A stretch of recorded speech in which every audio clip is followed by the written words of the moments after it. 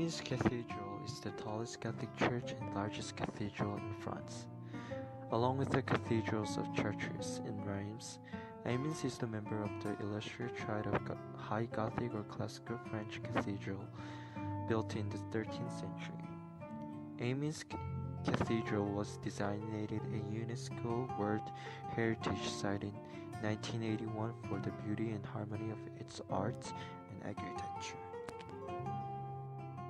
According to local legend, the first church in Amiens was founded in the 3rd century by Saint Hermine, a disciple of Saint Cetrius of Toulouse. After his martyrdom, he was succeeded by another man named Firmin, known as Saint Firmin the Confessor. Nothing is reliable known about these Firmins. Their biographies were invented in the Middle Ages.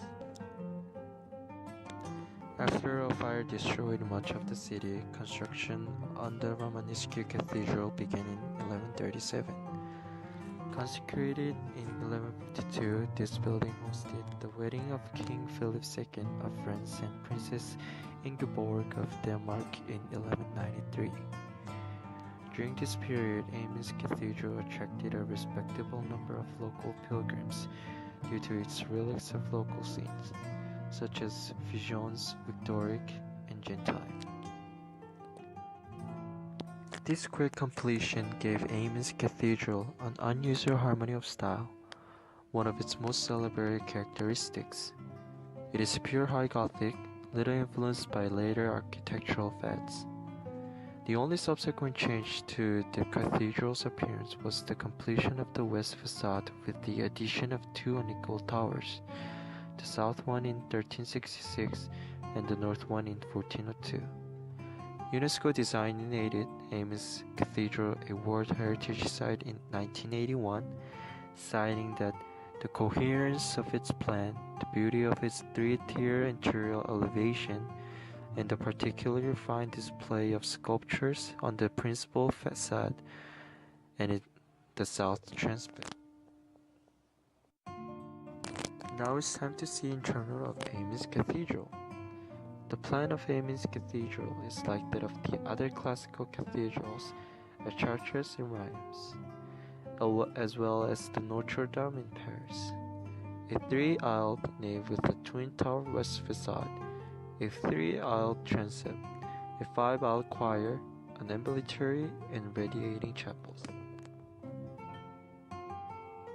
The famously beautiful western front of Amiens Cathedral consists of 3 portals protected under deep porches, 2 galleries, a large rose window, and twin towers connected by a 3rd gallery. The second gallery is called the Gallery of Kings, and like the one at Notre Dame Cathedral, consists of 19th century replacement statues by Viollet-le-Duc. Every night during the summer and at Christmas time, a multicolor laser light show provides a vivid idea of what it must have looked like to medieval visitors, for whom this was their only way of reading the Bible.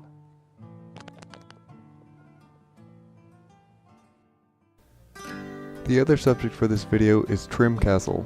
It is located on the south bank of the River Boyne in Trim, County Meath, Ireland. It is not known exactly when it was built, but it was built sometime in the late 12th century. It was constructed by an Englishman by the name of Hugh de Lacy, who became known as the Lord of Meath when he was given possession of the land by King Henry II in 1172, after he took place in the Norman invasion of Ireland. Trim Castle is a Norman castle which is in the Romanesque style that was established by the Normans who came from Normandy, France.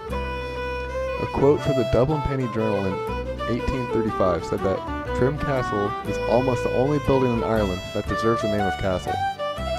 It is the largest Cambro-Norman castle in Ireland with a 30,000 square meter area. Here is an artist's rendering of what the castle would have looked like in its full glory. While much of the surrounding walls, towers, and gates are in ruins, the main keep structure and sections of the walls and towers still stand today and have retained their shape quite well. Unlike other Norman keeps, the one at Trim Castle is unique in that it is built in the shape of a crucifix. It is 3 stories tall and square-shaped. There are 2 main entrances into the castle grounds. The Trim Gate was the original entrance into the castle grounds that was built in the 1170s. It is located in the northwest end of the castle and was defended by 2 rectangular towers. The second is the Dublin Gate, which was constructed sometime in the 1190s to early 13th century and is located at the south end of the castle. The Dublin Gate is also the first example of a barbican in Ireland, which is a type of fortified gateway that was used for defensive purposes. Trim Castle also has another claim to fame, as Mel Gibson's movie Braveheart was filmed on the grounds of the castle.